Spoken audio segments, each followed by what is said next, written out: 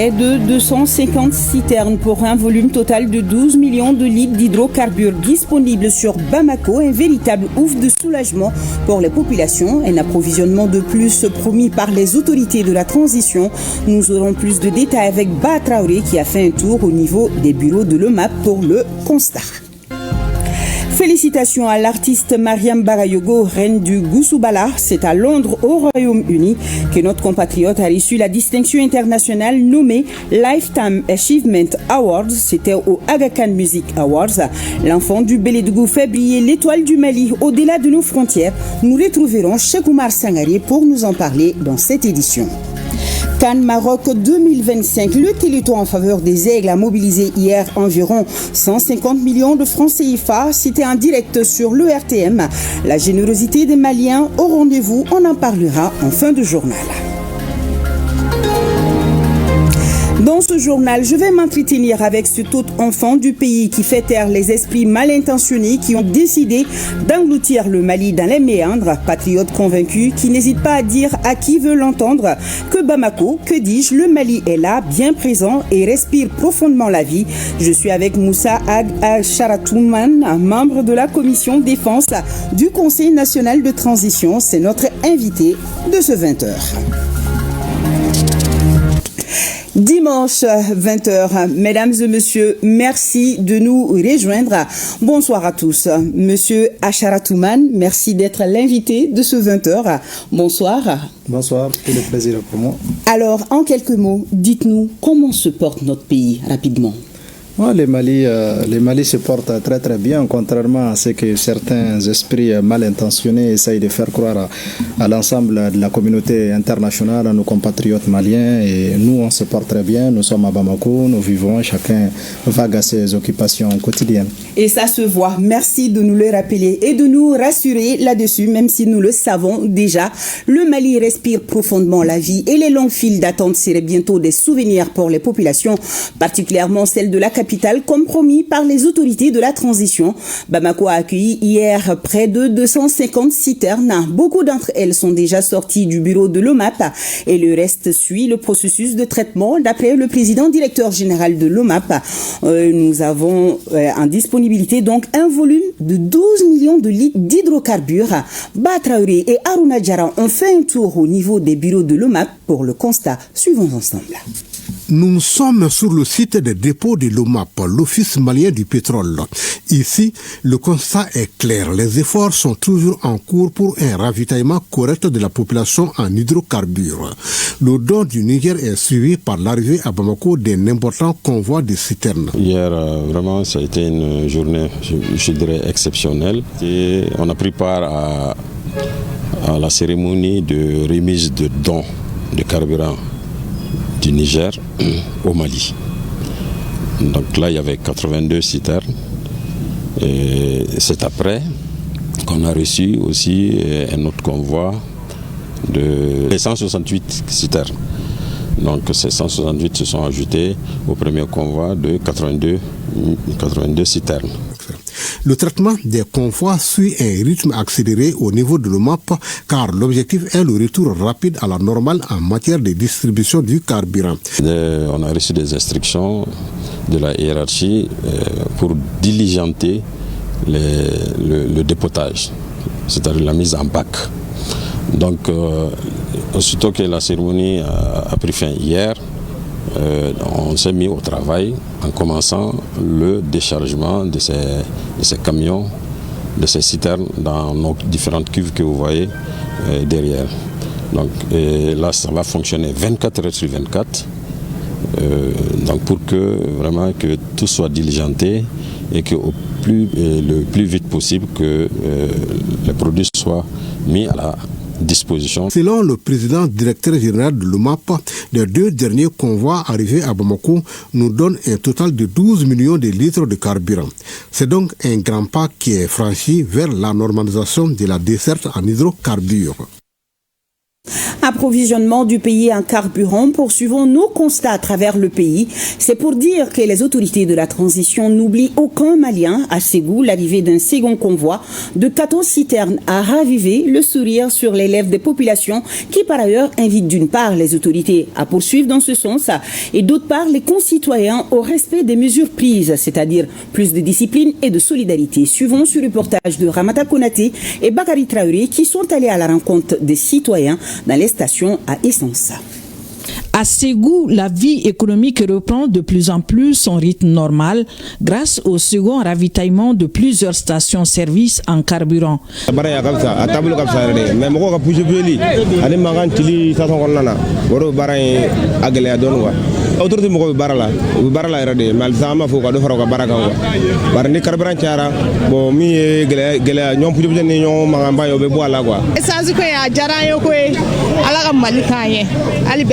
ziko foni abin na fanye mune kolla ta ci anda kuma fama ne kolla ta ma koy a semaine wara me kolla ta dam ne sa si sora jaranye ne pta di fama ta dem senu bla ayra beta ga chula la isan sigo ngon ne na depuis so mara fe ne bi no fo si sa ne ngon ya so on est patient, on est là depuis quelques temps, à peu près 2 heures de temps. Mais apparemment ça va. J'espère qu'on aura les carburants. Je suis presque arrivé à la station. Sous le leadership du gouverneur, des mesures prises par la commission régionale de suivi de l'approvisionnement et de la distribution des hydrocarbures dans la région semblent aussi faciliter l'accès de la population aux liquides précieux. Parmi ces mesures, l'interdiction de servir les engins tractés, la quantité plafond en fonction du type d'engin, la priorité aux personnes vivant avec le handicap et celles âgées.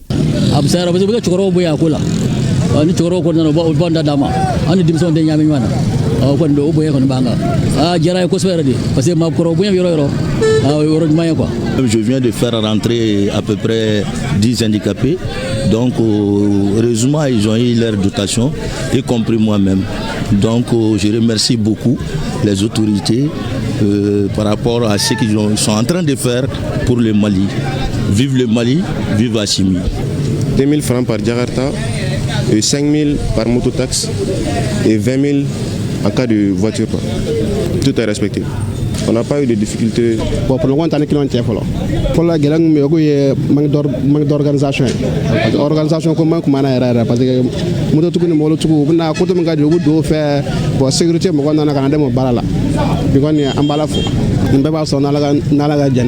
d'autres comportements et attitudes pourront renforcer la volonté affichée des autorités en matière de bonne distribution du carburant. Je demande aux Maliens d'être patients et courageux. Voilà.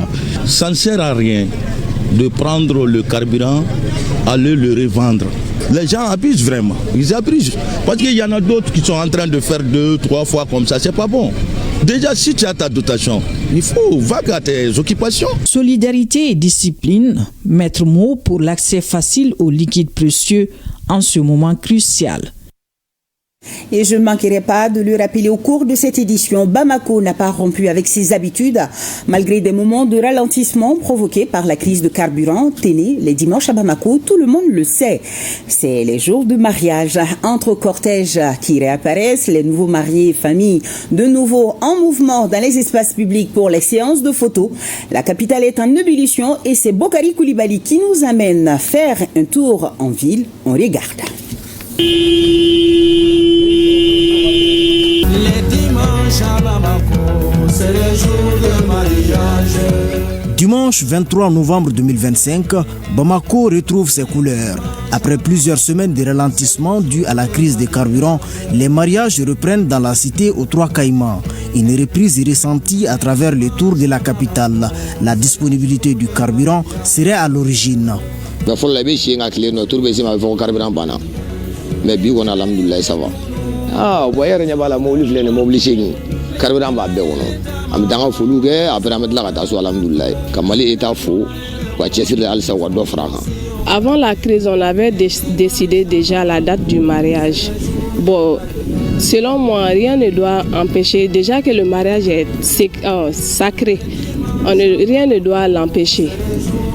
Le jour J, on doit le faire. Pour l'officier d'état civil, la baisse d'affluence dans les mairies ne s'explique pas uniquement par la pénurie de carburant. Donc, ça n'a pas joué beaucoup sur l'affluence. C'est comme les gens viennent faire les déclarations de mariage et les mariages sont célébrés comme dans le temps. Mais quand même, il faut noter qu'il y a certaines périodes où il n'y a pas beaucoup d'affluence, il y a d'autres périodes où il y a beaucoup d'affluence. Mais voilà, au mois de décembre, maintenant, vous avez vu, il y a beaucoup qui sont venus faire leurs déclarations. Donc ça n'a pas joué sur l'affluence quand même. Pour d'autres familles, la situation connaît une nette amélioration. Boubacar Diakité, père de la mariée, assure avoir trouvé sans difficulté les liquides précieux nécessaires pour ses déplacements. La bouger et déplacer au lieu de faire folie ni faire que semaine qu'on a tient la carburant soro mo sera ka na nga kungula jaran bo chama nana bulfena bulfen tout carburant ko c'est que carburant do bu kunde. Dans les cuisines, la reprise se ressent aussi. Entre le feu qui monte, les marmites qui mijotent et l'odeur de la sauce, les chefs cuisinières retrouvent leur cadence. Halikati balima kunkola saya bena konyo bena denkundi bena tunkageli. Mais si ça n'aura doni ambe katara. Nota hali marisi akasuma. Marisi be dima kotigi masekanita. Ere masekata ko kageli. Fo sigidale be mogobere nyina kadi yemu kata osekata. Mais si ça on connaît ka n'aura doni. À la cité administrative, l'ambiance est électrique. Couple élégant, les convives en liesse, des photos de souvenirs, le grand jour peut enfin se vivre pleinement. Mais faut les gars faire mourir parce que rien qu'on codugu. A bebora o ça signe juna kabla. Kaba to e kalo kelen donné. Au commencer o ça signe ngabla. Pour que kase ka ngafen jambulo. No ka bare duna kono. Parce que a be ça se soro jona. Alhamdulillah ça si doni ngara be a soro kase ka nga événement jambulo.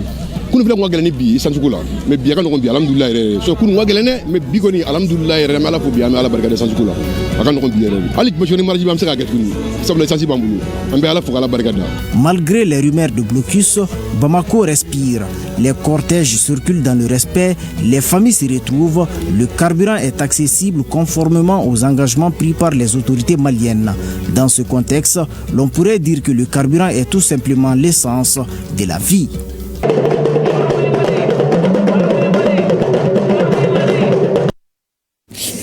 De très belles images. Je reviens à mon invité qui peut-être sûrement était dans une cérémonie aujourd'hui, comme bon homme d'entre nous.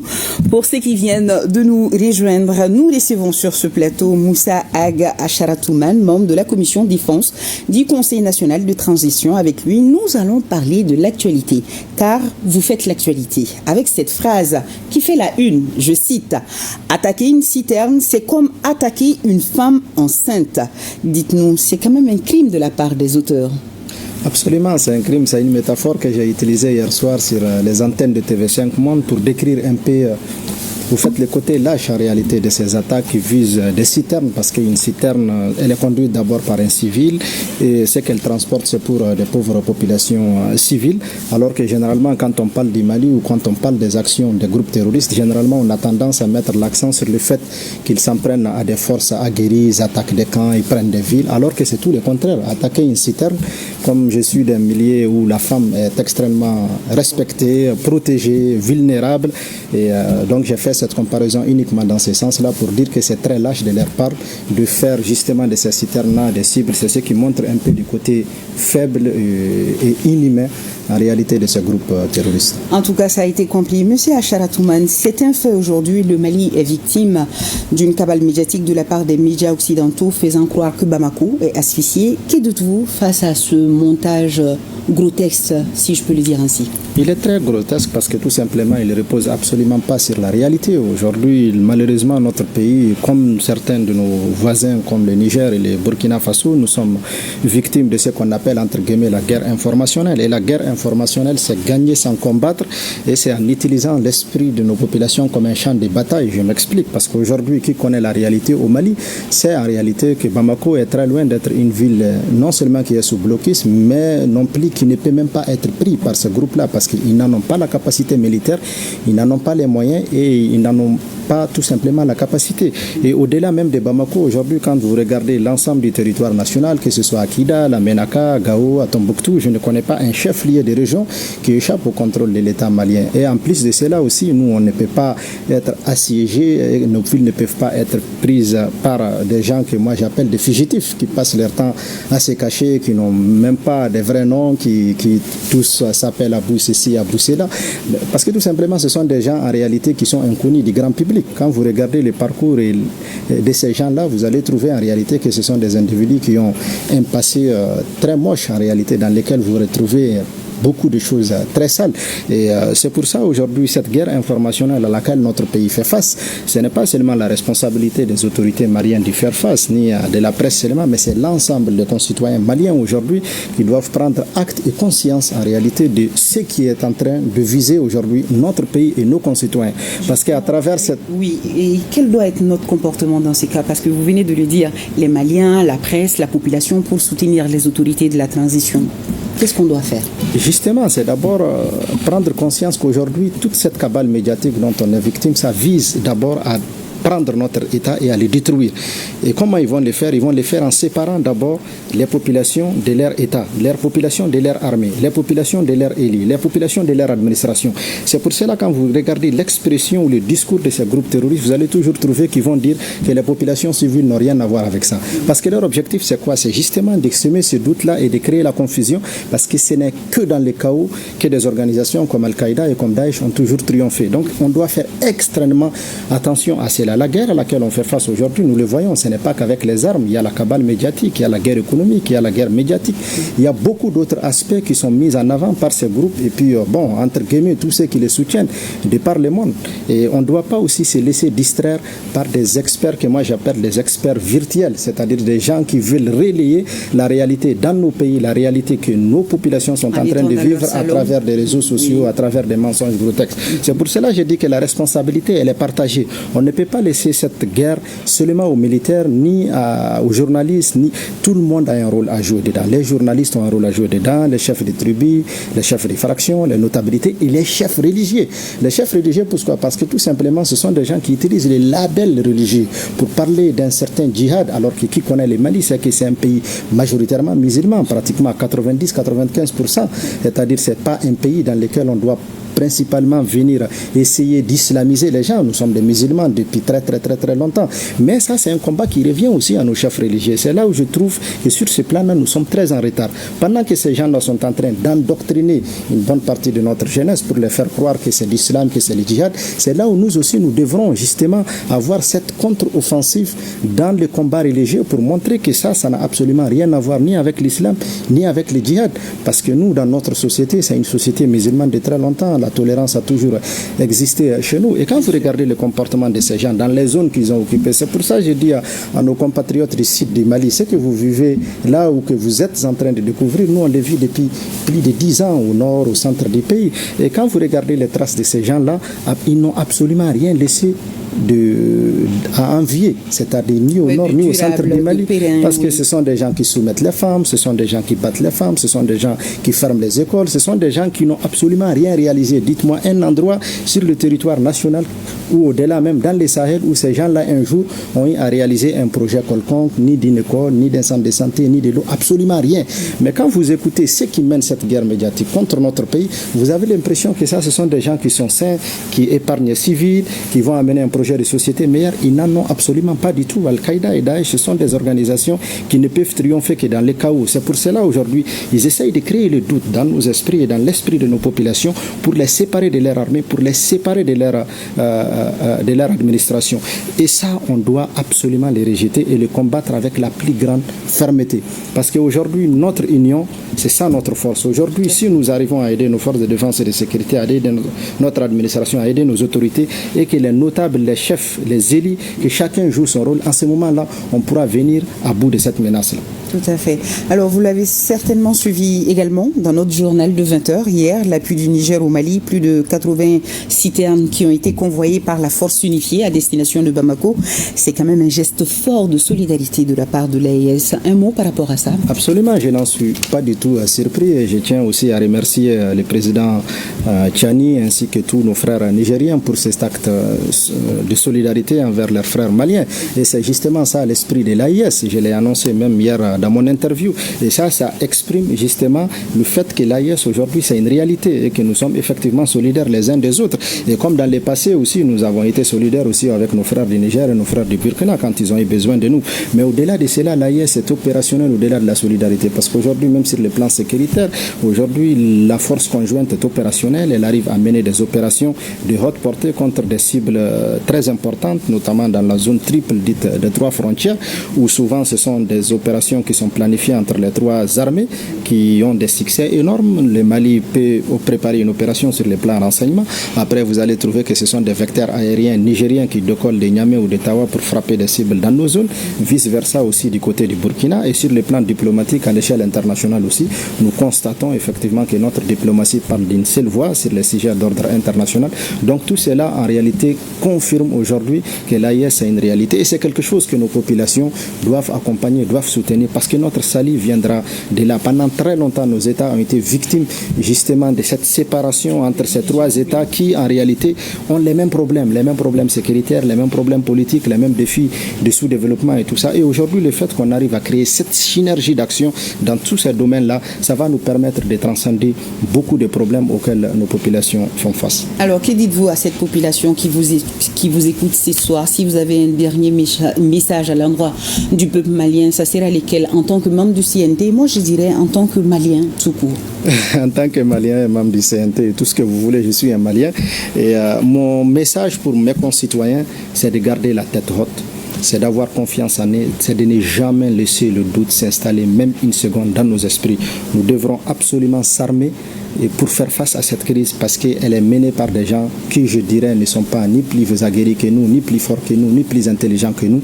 Mais notre force viendra de notre solidarité, de notre union, qu'on se donne la main, qu'on aide notre armée, qu'on aide nos autorités, qu'on aide nos notabilités, qu'on aide nos chefs religieux, qu'on soit tous comme un seul bloc face à cette menace-là, qu'on ne laisse pas le doute s'installer même une seconde dans nos têtes. Cette crise-là, elle est passagère et ces problèmes-là, nous allons les résoudre, nous allons les transcender, mais il faut que les gens se donnent la main et qu'ils regardent tous dans la même direction, toujours la tête haute. Merci bien, Monsieur Moussa Ag Acharatouman, membre de la commission défense du Conseil national de transition, pour avoir répondu à nos questions. Et je vous invite d'ailleurs à suivre ce reportage qui va nous montrer Bamako by night.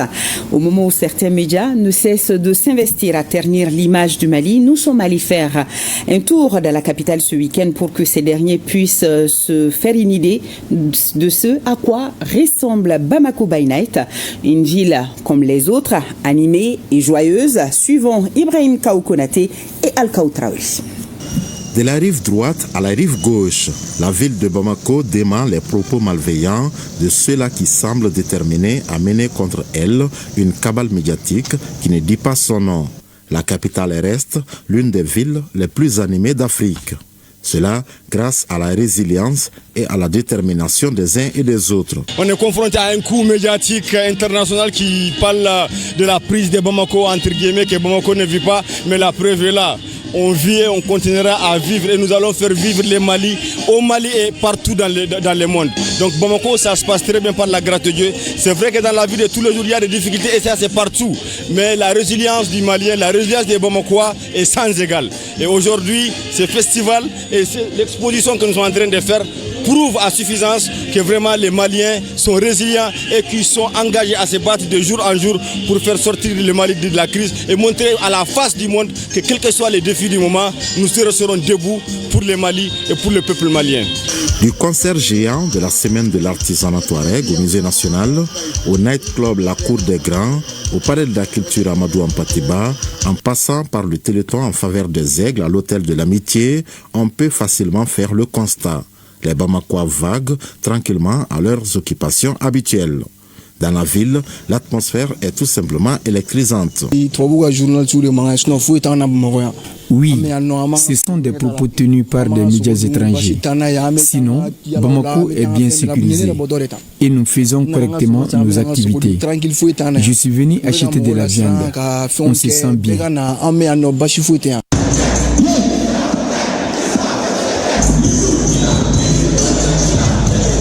Par rapport à ce que les médias étrangers disent, écoutez, ils font le travail de celui qui paye l'encre, c'est tout à fait normal, ça c'est leur boulot. Mais ils ne sont pas sur le terrain, ils ne connaissent pas la réalité. Ils disent ce qu'ils ont envie de dire. Mais nous, ici sur place, nous connaissons la réalité, nous sortons. Vous voyez, on ne peut pas parler ainsi de Bamako et voir que le soir, les gens ils dansent, ils sortent, ils s'amusent, ils vivent comme dans tous les autres pays. Tous les jours, on est là. Toute la semaine et également les week-ends aussi, on est là. C'est juste pour vous prouver et vous montrer qu'à Bamako, on vit. Il y a ce qu'on appelle les intoxications communicationnelles. Leur souhait, c'est que le Mali soit carrément sur ce qu'on appelle la ligne sur la page rouge devant toutes les nations. Contrairement à ce qui se passe, ce qu'on appelle ça les réalités même que nous vivons, je pense que ça se traduit par les actions de tous les jours. Nous sommes aujourd'hui là en plein téléthon, en live également avec le RTM, où tout le monde se porte bien en toute sécurité. Donc contrairement à ce qu'ils disent, Bamako se porte bien et il n'y a absolument pas de problème ici. Bamako brille donc de mille feux et les Bamakois mènent leur vie habituelle. D'ailleurs, plusieurs grands spectacles sont au programme dans les jours à venir. Conclusion, comme à l'accoutumée, il fait bon vivre à Bamako. Faites un tour et vous y rendez compte.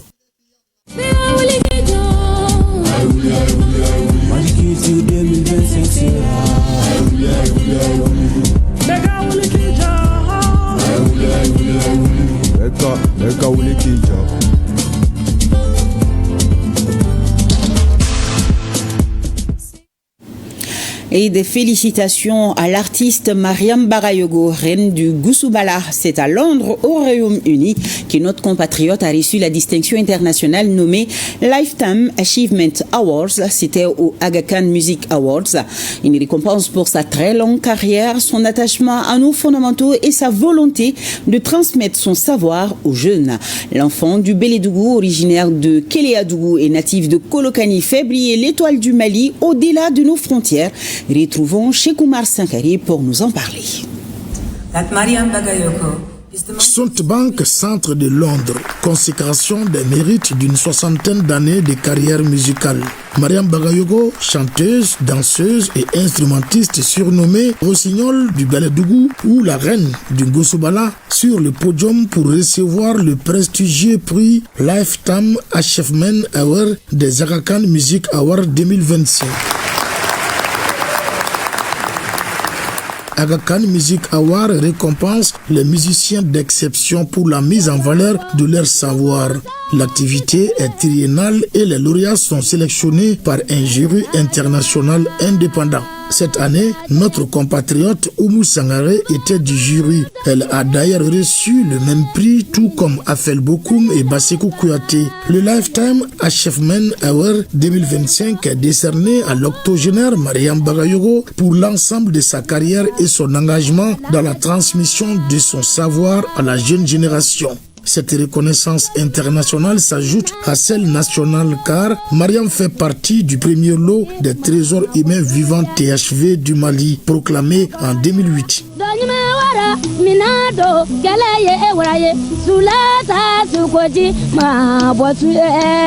Repère de l'authenticité de la culture bamana, notamment celle du Bélédougou, Mariam a hérité de la musique en famille avec un père chanteur de zikr et une mère armatrice des activités traditionnelles des forgerons. Pas d'école française, elle passe plutôt quelques années à l'école coranique et apprend tôt la musique. Elle participe à quelques éditions de la Biennale artistique et culturelle avec la troupe de Bamako dans la catégorie théâtre et c'est sa chanson emblématique Chiwara qui la révèle au grand public.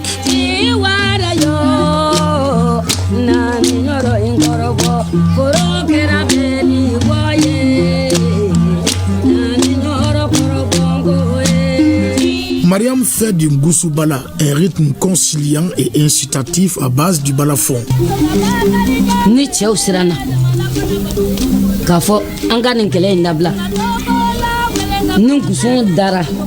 En cas de combat, ces rythmes poussent les hommes à braver la peur. Le Gusumbala est destiné aux braves.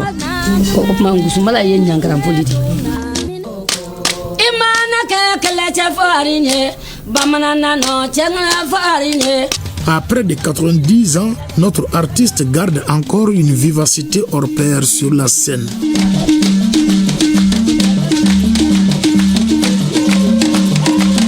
Les États-Unis d'Amérique, la Russie, la Chine, la Corée sont autant de pays où Mariam Bagayogo a traîné sa gourde ou Yabara. Un jour, nous étions près de 170 artistes à compétir à Corée. J'ai remporté la compétition devant des artistes saoudiens uniquement avec nos savoirs authentiques.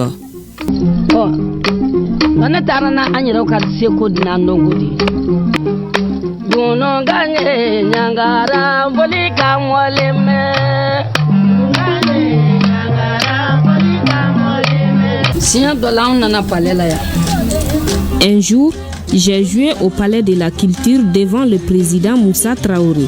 Il s'est levé pour m'acclamer. Cela a beaucoup étonné le public.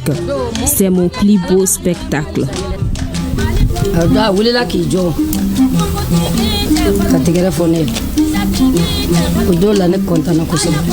Pour le prix des Aga Khan Music Awards 2025, Mariam a été soutenue par Instrument for Africa à travers un projet d'anthologie et de documentaire visant à préserver son art. J'ai eu les chances de travailler avec Mariam Bagayoko au Mali dans différentes régions comme Massantola, comme Sikasso, dans les zones culturelles de Belidougou, aussi au Bamako, où il s'est produit régulièrement et transmis son art. C'est un peu la récompense de la longévité. Et pour dire tout simplement que dans ce métier, quand on le commence, on ne sait pas quand on peut avoir la gloire.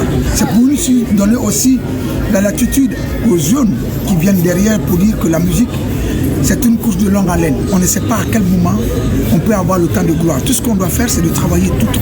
Le Lifetime Achievement Award des Aga Khan Music célèbre les artistes enracinés dans la tradition musicale du monde musulman, valorisant leur impact social, leur pédagogie et leur capacité à concilier tradition et modernité. Ce dimanche matin à Londres, peu avant de prendre le chemin de retour, Mariam a adressé un message à la jeunesse malienne. Je demande aux jeunes de travailler sans relâche. Il faut travailler avec conviction et respect. Ainsi, vous aurez aussi un jour une telle gloire. Avec ces prix, Mariam Bagayogo rejoint le cercle des grandes figures de la musique mondiale et sa voix continue de refléter, au-delà de nos frontières, la quintessence du répertoire national.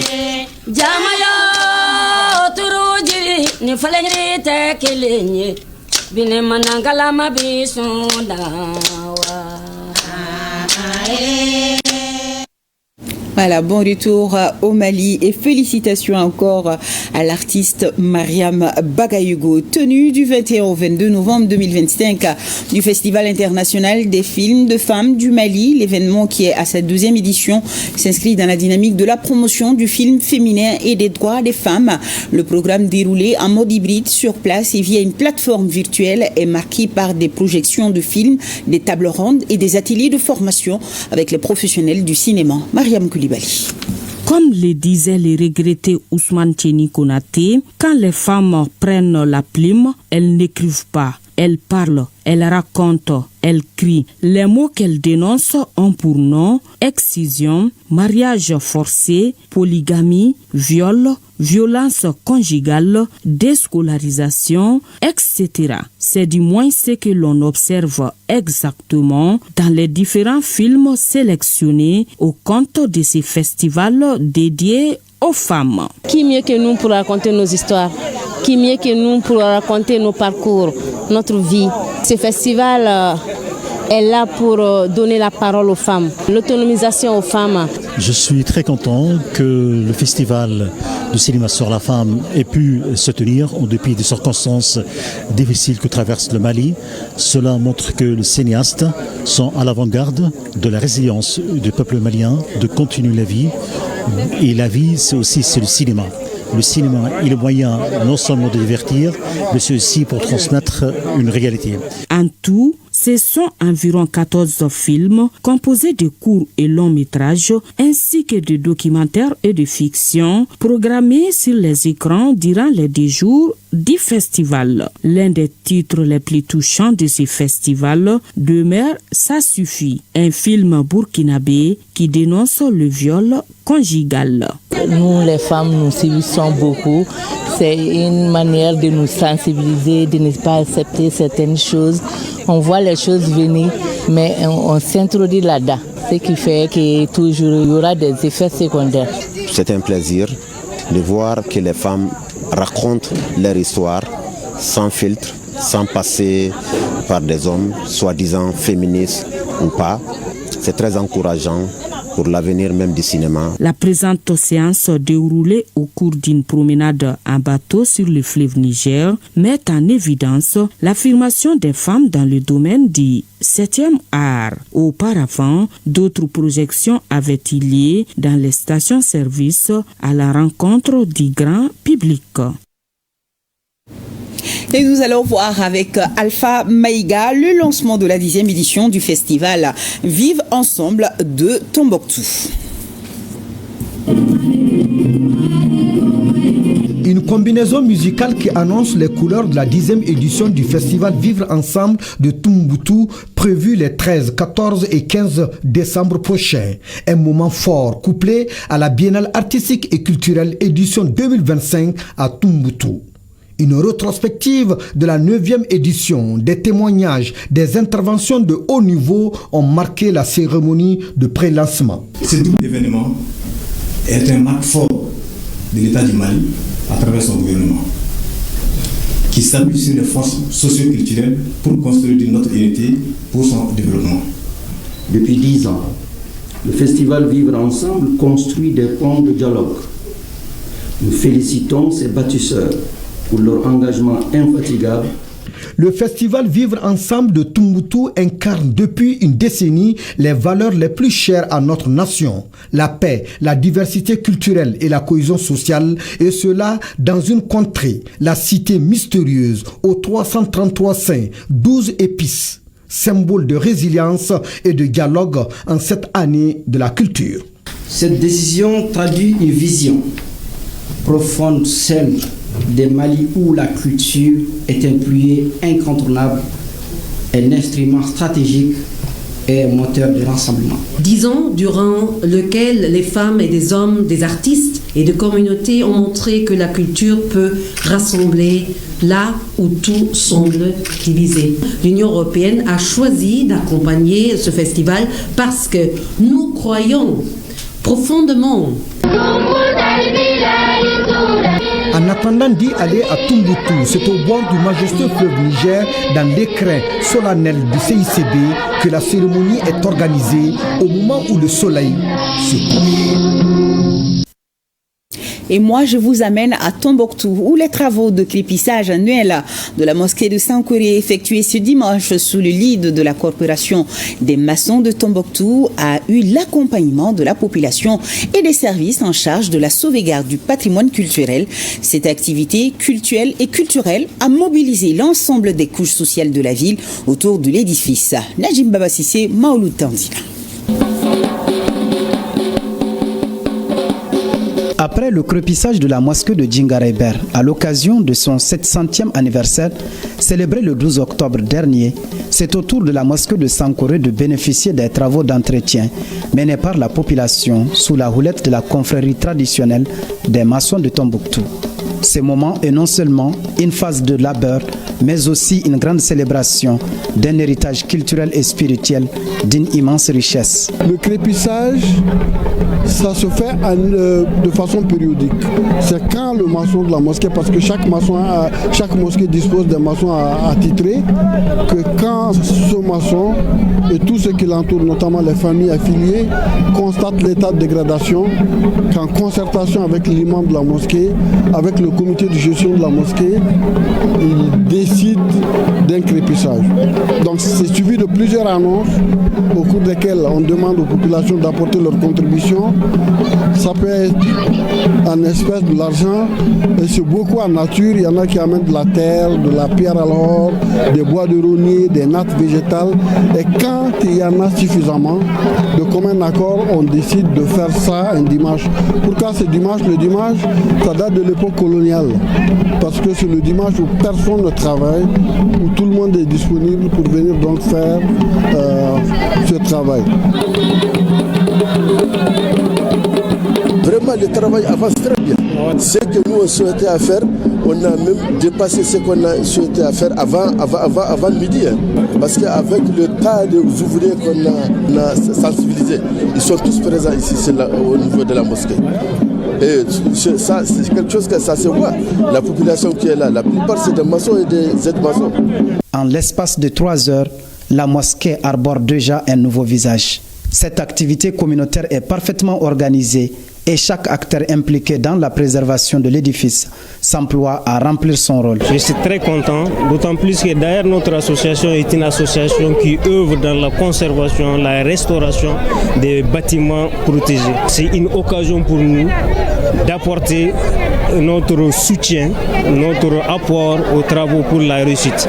Et d'ailleurs, je suis très content de voir toute la communauté tombouctienne sortir pour faire ces travaux. La mobilisation est saluée par les responsables du lieu de culte. Les femmes, les jeunes, les vieux, la corporation des maçons et l'ensemble des jeunes de Tombouctou sont avec nous. Ils apportent le bako, ils apportent de l'eau, etc. Donc les travaux sont en train d'être effectués avec satisfaction. Édifiée entre 1325 et 1433, cette majestueuse infrastructure architecturale aura été construite par une femme restée anonyme. La mosquée a été édifiée par une femme venue de Mauritanie, précisément de Walata, et qui a consacré une partie de sa fortune à l'édification de cette mosquée sur cette place. Vous voyez, c'est juché sur une sorte de promontoire, sur une élévation. Donc il fallait, à l'époque il n'y avait ni micro ni haut-parleur, et il fallait trouver un endroit élevé où l'appel du muezzin pouvait être entendu de très loin. En ravivant ainsi les murs de Sankoré, c'est bien plus qu'un bâtiment que les habitants restaurent. C'est une mémoire vivante qu'ils renforcent, une fierté qu'ils partagent et un héritage qu'ils transmettent aux générations à venir. Et c'est notre histoire, Nadjim. C'est parti à Gao pour les festivités de la 2e édition du festival Koima. Pendant une semaine, nos traditions et coutumes seront valorisées à travers chants, danses, expositions de mets traditionnels, d'objets artisanaux et bien d'autres. La cérémonie de lancement officielle a été présidée par le gouverneur de la région de Gao, le général de division Moussa Traoré, en présence d'une forte délégation venue du Niger. Adizatou Mohamed Maïga, correspondance. La population de Gao est sortie massivement pour répondre à l'appel de l'association La Salle. C'est dans le cadre de la 2e édition du festival Koima, dont le lancement des activités a eu lieu au 2e quartier de Gao. Un rendez-vous culturel qui vise à promouvoir notre culture et renforcer les liens entre les communautés. Notre unique objectif, c'est de réunir cette jeunesse, c'est de montrer notre identité qui est notre culture. Une semaine d'activité, nous allons montrer beaucoup de choses, nos danses traditionnelles, art culinaire, nos tresses, nos habits. On a décidé de montrer tout ce qui concerne la culture Songhai, parce que Gao est la capitale de l'Empire Songhai. Abdelaziz Maïga ici, il a montré à tout le monde que quand on veut, on peut. Et quand on est jeune également, on peut.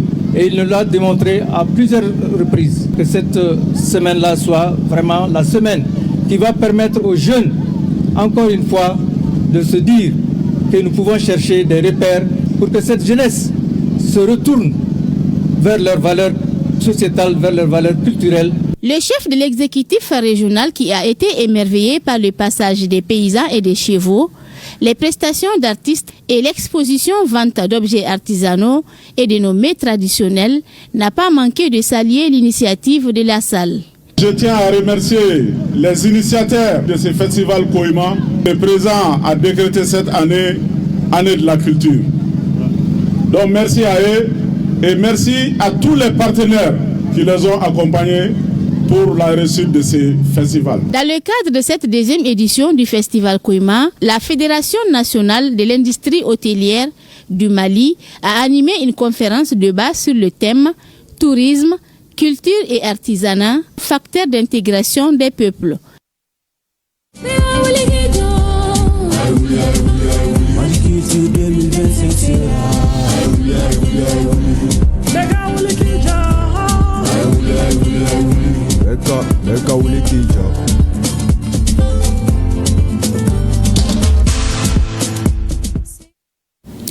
À Koutiala, la campagne agricole se déroule normalement. C'est du moins le constat qui sort d'une mission régionale de supervision et de sensibilisation sur la gestion des récoltes de la campagne agricole 2025, volet production végétale.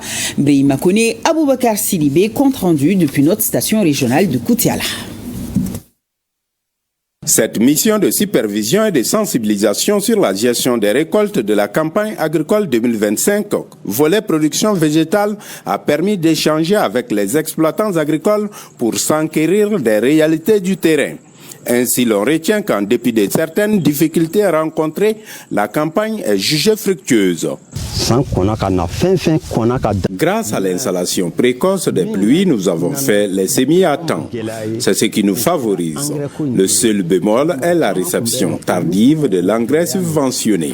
Malgré tout, la campagne a été une réussite. La campagne de cette année se passe très bien ici à Koutiala.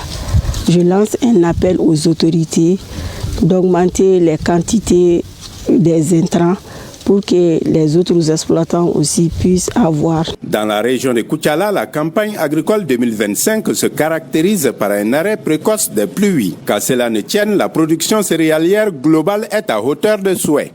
La production céréalière, en tout cas à notre niveau, a été à la hauteur de souhait. Bon, le petit défaut un peu, c'est la production de maïs. Nos réalisations de maïs sont aux environs de 80-90%. Mais néanmoins, la production globale céréalière couvre largement nos besoins alimentaires jusqu'à dégager un excédent de plus de 400 000 tonnes au niveau de la région de Koutiala. Cette mission de supervision et de sensibilisation sur la gestion des récoltes de la campagne agricole 2025, volet production végétale, devra contribuer à l'accélération des opérations de récolte pour la sécurisation des productions. Voilà, c'était là Brahima Kone depuis Koutiala. On forme les femmes et les jeunes du cercle de Massina sur la bonne gouvernance locale et la consolidation de la paix. L'initiative est soutenue par le Fonds d'appui aux moteurs du changement, FAMOC, en partenariat avec les collectivités. Pour plus de détails sur les travaux, suivons le commentaire de Kassim Diallo. Le projet d'appui au renforcement de la gouvernance locale et la consolidation de la paix entend booster les performances des acteurs sur le terrain pour une meilleure compréhension des réformes politiques et institutionnelles. Les femmes et les jeunes de Massina sont désormais édifiés sur les recommandations des assises nationales de la refondation et le dialogue intermalien inclusif. L'objectif global de ce projet est d'appuyer au renforcement de capacités des communautés des localités cibles afin d'apporter des solutions endogènes durables par les communautés elles-mêmes à la gestion des conflits, la consolidation de la paix et la bonne gouvernance à travers l'implication des jeunes et des femmes. Pendant 3 jours, avec l'appui technique et financier des partenaires, les participants se sont familiarisés avec la nouvelle loi électorale et le nouveau code des collectivités territoriales. Nous considérons que ce projet, c'est pour nous-mêmes, ce n'est pas pour Chirac, et non plus les partenaires financiers, c'est pour nous les jeunes de Massina, précisément nous les jeunes de Massina, pour avoir un climat apaisé et voir aussi la transparence et la maîtrise même des tests, des nouveaux tests qui sont en vigueur actuellement. Nous sommes très fiers d'être accueillis les projets Terrain Sahel pour nous aider dans beaucoup d'activités et les gouvernances de cohésion sociale. Vraiment, nous sommes très fiers à vous, nous sommes très contents. Les fonds d'appui aux moteurs du changement FAMACO s'engagent ainsi à renforcer les compétences des acteurs de la société civile pour une gestion transparente des affaires publiques et promouvoir la paix et la cohésion sociale partout au Mali.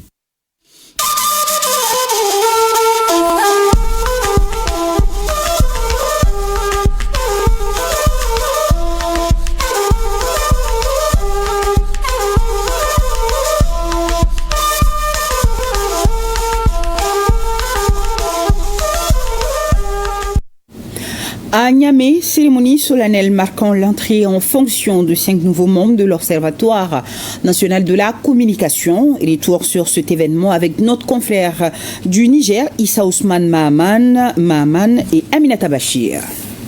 C'est vendredi 21 novembre 2025. La Cour d'État a été le théâtre d'une prestation de serment historique. 5 nouveaux membres ont pris leurs fonctions au sein de l'Observatoire national de la communication, un organe clé pour la régulation des médias et la préservation de l'éthique dans l'espace public. Sous l'autorité du président de la Cour d'État, les 5 membres de l'ONC ont prêté serment devant une audience solennelle. L'acte symbolique s'est déroulé en présence du ministre de la Justice et des Droits de l'Homme, garde des Sceaux, ainsi que de nombreuses personnalités du monde juridique et médiatique. D'un geste solennel, la main droite levée, ils ont juré de remplir leurs fonctions avec impartialité, de garder le secret de délibération et de se conduire comme dignes et loyaux serviteurs de la nation. Ces responsabilités exigent de vous 3 qualités fondamentales, à savoir, premièrement, la rigueur, afin que chacune de vos décisions soit conforme au texte méthodiquement justifié et solidement argumenté. Ensuite, l'impartialité, afin que jamais vos opinions, vos affinités ou vos convictions personnelles n'influencent vos appréciations. Et enfin, la probité, qui est une vertu cardinale, car la confiance que la nation place en vous repose sur votre intégrité personnelle et collective.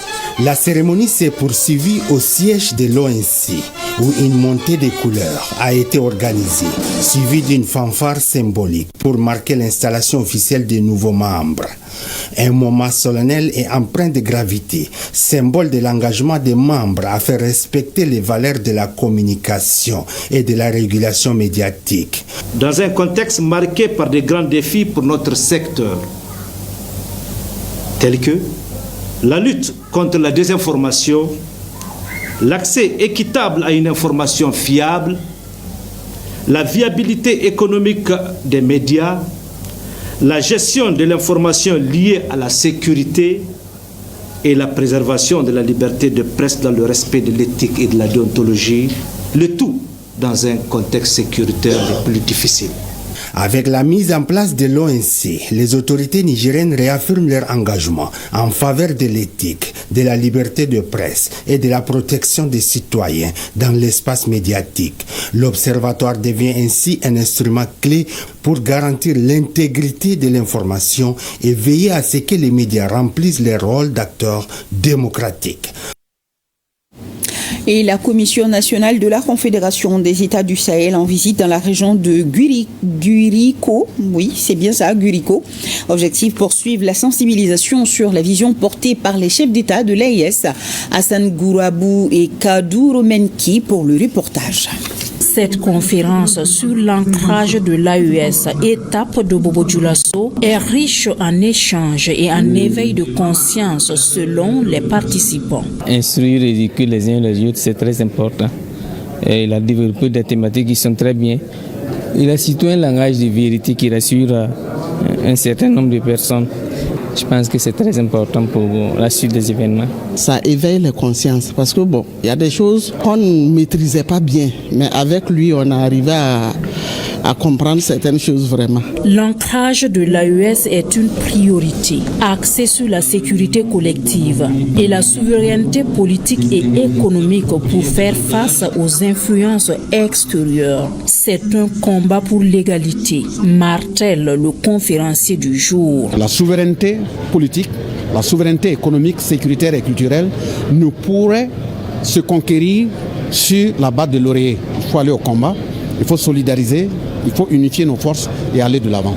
Il nous faut faire en sorte que la jeunesse comprenne qu'elle doit prendre son destin en main et que pour cela, il faut qu'elle s'éduque, il faut qu'elle travaille, il faut qu'elle se discipline.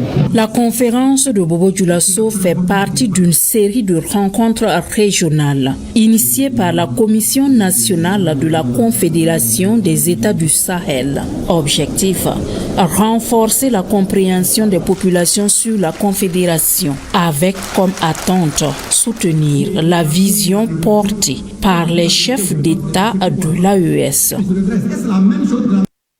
Et ici à Bamako, l'émission Questions d'actualité fait un gros plat ce soir sur l'entrepreneuriat au sein de l'espace AES, un facteur d'intégration et de développement pour les trois pays, le Mali, le Burkina Faso et le Niger.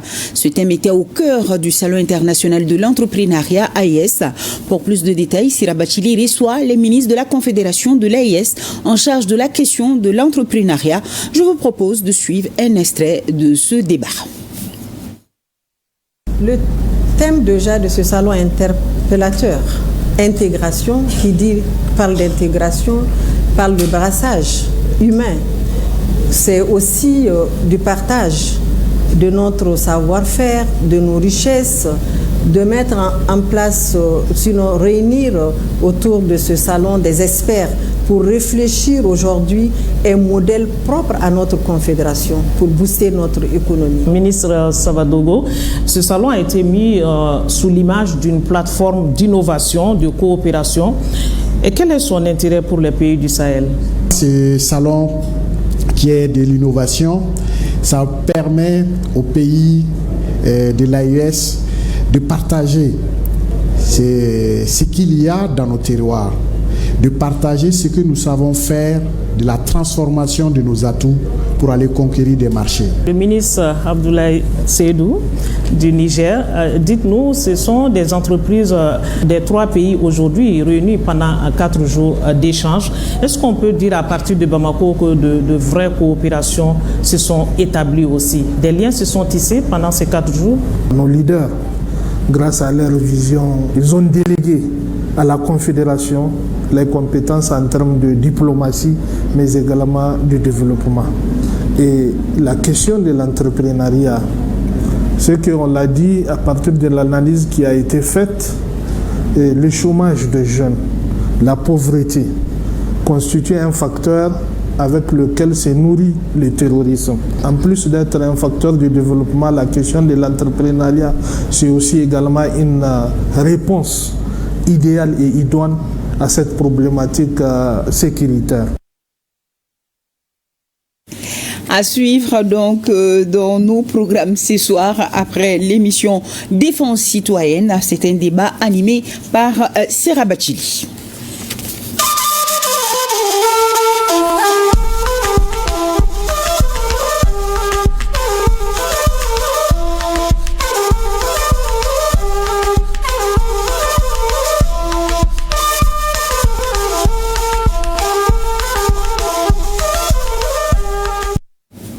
À présent, je veux vous présenter cet ouvrage et vous proposer donc de la lecture. L'auteur, c'est l'ancien Premier ministre Ahmed Mohamed Ag Amani. Le livre s'intitule « Pour bâtir un nouveau Mali ». Paru cette année, l'auteur fait une contribution pour la nouvelle génération afin qu'elle connaisse l'histoire politique contemporaine de notre pays. Et justement, la présentation, c'était à la faculté des sciences administratives et politiques de l'université Kourougan Fouka de Bamako. Mamadou Fane était sur place. Dans cet ouvrage intitulé « Bâtir un Mali nouveau », paru cette année, l'ancien Premier ministre Ahmed Mohamed Ag Amani nous plonge dans une réflexion sur le parcours du Mali, les différents systèmes politiques, les crises sécuritaires qui se sont succédées, mais aussi sa vision du Mali nouveau. Il met aussi l'accent sur les options de développement adaptées à nos réalités maliennes. Cet ouvrage, que l'on serait tenté d'appeler Mes mémoires, s'articule autour d'une enfance, d'une scolarité, d'un parcours professionnel, administratif et politique marqué par 10 ans ministre, 15 ans de diplomatie avant d'être Premier ministre du gouvernement du Mali. La présentation de ce livre a été un véritable moment de partage d'expériences de sa longue carrière de commis d'État avec les étudiants de la faculté des sciences administratives et politiques de l'université de Bamako. Un moment tant souhaité par les autorités de cette université. Nous sommes des théoriciens et ceux qui ont été investis à ces différentes fonctions, si ceux-ci-là viennent et que les étudiants et les enseignants puissent toucher du doigt, vraiment, et c'est quand même quelque chose qui vient conforter tout ce que nous entreprenons ici en termes vraiment de vulgarisation du savoir.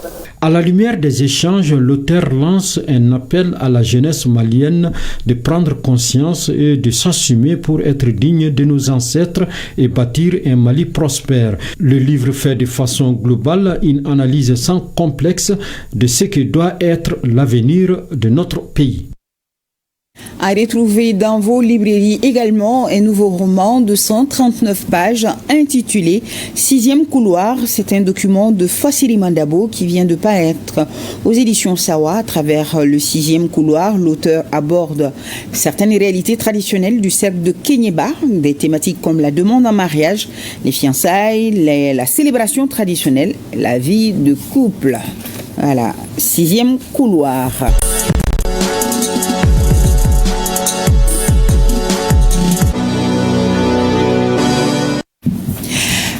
Nous sommes à la page sport de ce journal. Abdul Karim Kaba, bonsoir.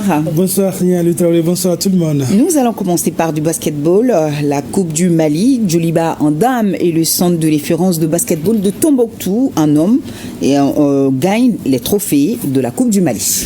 Tout à fait, Nia Lutraoulé, chez les dames en première heure, le Djoliba Athletic Club, un habitué de ce stade de la compétition, a dominé la jeune équipe de l'ASL de Bamako. Score final 47-68 en faveur de Rouge. Avec ce trophée, le Djoliba AC sauve ainsi sa saison en série homme. Les rémiques des playoffs du championnat national a tourné en faveur du centre de référence de basketball de Tombouctou CRBT. L'équipe de Tombouctou gagne 69-53 face au stade malien de Bamako. Voilà. Oui, on voit bien les images. Nous allons passer au football.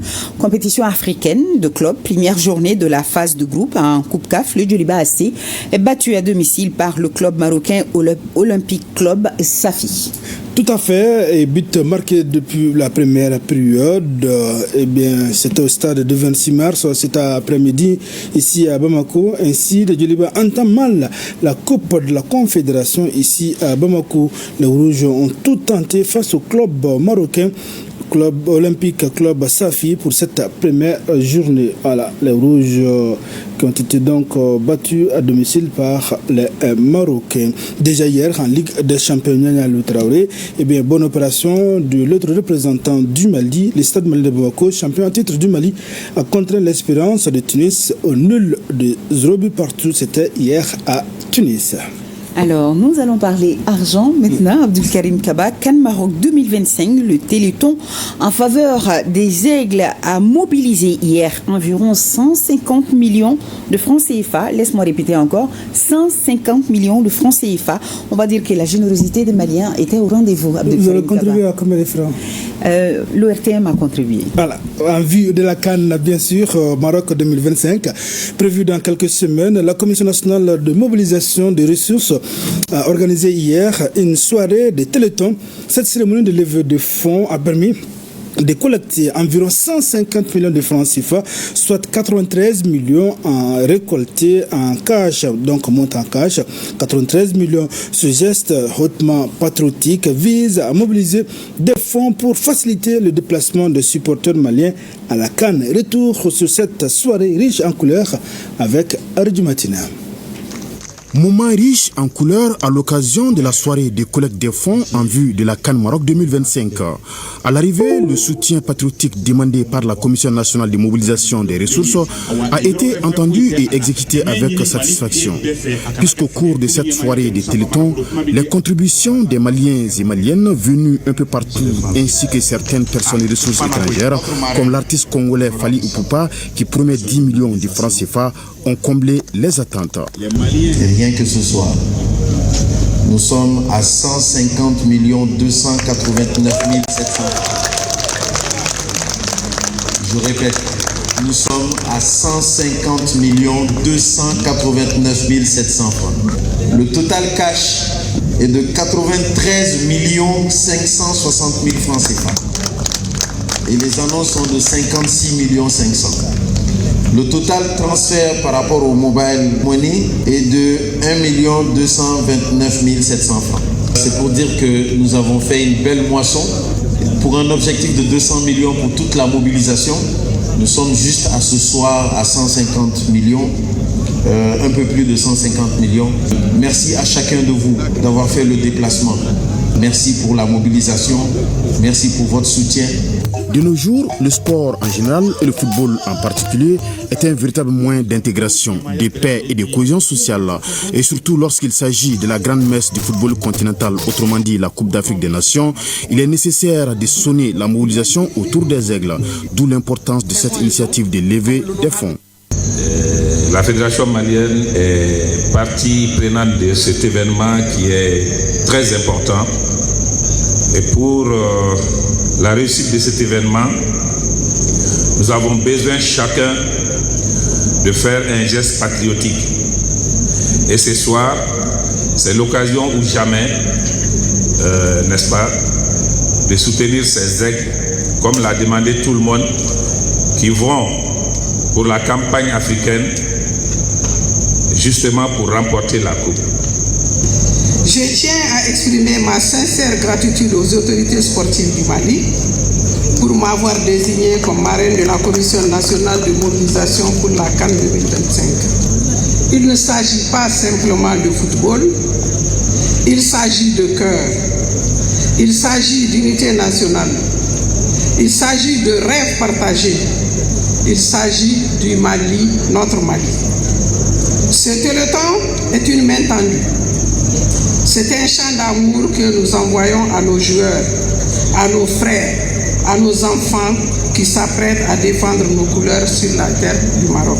Le sponsor officiel, lui aussi, s'apprête à apporter sa touche afin de réussir une parfaite mobilisation. Nous, ce que nous faisons aujourd'hui, nous ne considérons pas comme un don. Mais pour la Sotelma, c'est de répondre à un appel du pays, le Mali. Car nous considérons l'équipe nationale de football comme des troupes qui vont au combat et qui doivent mener ce combat avec l'ensemble des moyens pour revenir avec la victoire dont le Mali a tant besoin aujourd'hui. Dans ce cadre, nous avons décidé au niveau de la direction de la Sotelma de faire une contribution sous deux formes. Tout cela autour d'un montant global de 72 jusqu'à 75 millions de francs CFA. Lors de cette soirée de collecte de fonds, la marraine du Téléthon CAN Maroc 2025, Aïdara Aïssata Cissé Dit Château, a fait une contribution de 38 millions de francs CFA pour elle, sa famille et certains de ses proches. Un geste de grande portée qui laisse à entrevoir l'atteinte des objectifs de l'opération qui est de lever 200 millions de francs CFA. Des fonds qui seront utilisés à faciliter le déplacement et l'accompagnement des supporters maliens qui feront le voyage au Maroc. Aussi, l'argent servira à installer des fan zones un peu partout à travers le pays durant la CAN.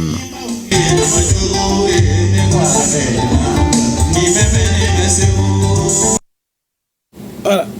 Mobilisation de fonds, c'est-à-dire... Une très belle soirée, Abdul Karim Kaba. On était présents là-bas au nom de l'ORTM qui va suivre, bien sûr. Et qui a donné d'ailleurs cette soirée en direct. Hein. Oui, gracieusement aux organisateurs.